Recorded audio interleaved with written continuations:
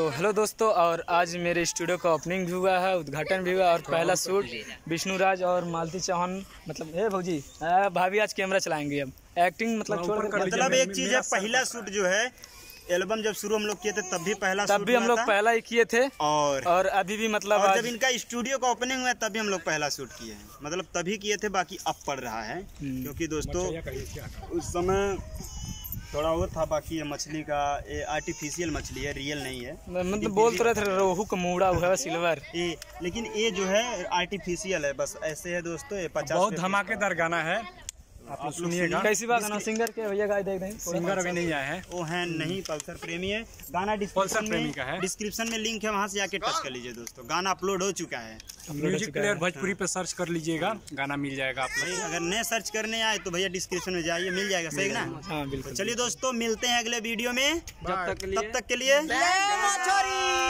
ले मछली।